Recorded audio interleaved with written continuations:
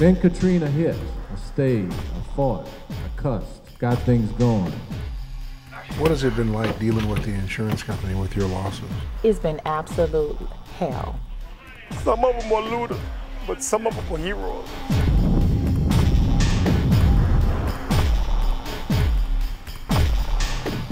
It was late in August of 2005, and Hurricane Katrina churned in the Gulf of Mexico until it became a Category 5 monster. But even though New Orleans was in its sights, residents of the city weren't really worried.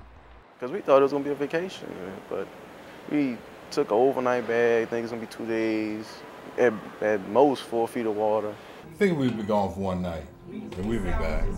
Ironically, Katrina did not hit the city directly when it made landfall on August 29th, but just when everyone thought New Orleans had dodged another bullet, the levee broke and tons of water flooded the city.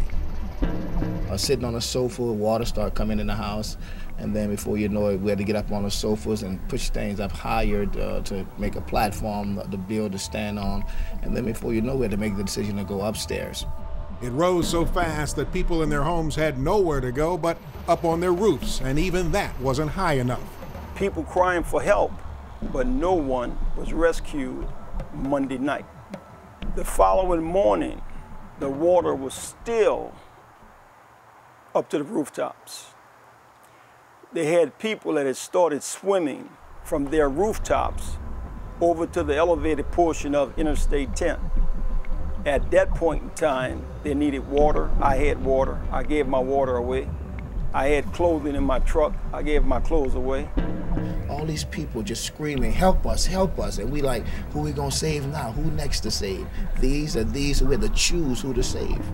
The stories of rescue were incredible. Robbie Roberts was one of the countless heroes, saving his own family and many of his neighbors. I still hear screams, and we were going around in the boat, like, anybody out here? Anybody here? Just like constantly, and it's like, wow, save me, but we don't know where they at. We don't know what house they in because some of them couldn't get cut holes into where we could see them or put a flag out so they can wave, but so I hear that over and over again. But once they escaped the rising water, many had to survive the Superdome and the Convention Center, safe havens that became dangerous when the food and the water ran out. I was just out of my mind, you know.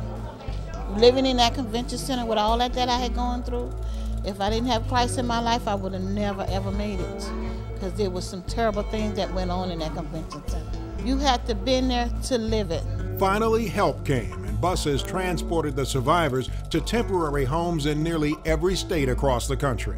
In a shelter for 2 days with like no cell phone service, like reading on the news, like hearing on the radio, because we didn't have any electricity, hearing on a battery-powered radio, New Orleans East is wiped out. But New Orleans remained an island for weeks, with several feet of water turning the city into a swampy lake. And when the water receded, the real damage was left behind. Block after block, mile after mile, for as far as the eye could see, hundreds of homes were destroyed, along with apartment complexes, shopping centers, and every type of business imaginable in the flooded areas. Nothing escaped the water.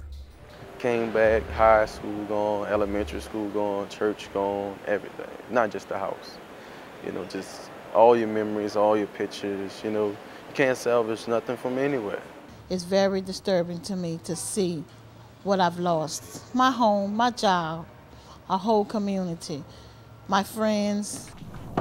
This is the story of the long road to recovery for New Orleans. We'll show you the progress that has been made.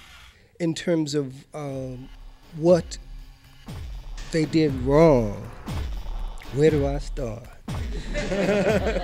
And the many obstacles that remain for all of us as New Orleans tries to rebuild. All that and more when Katrina, After the Storm, continues.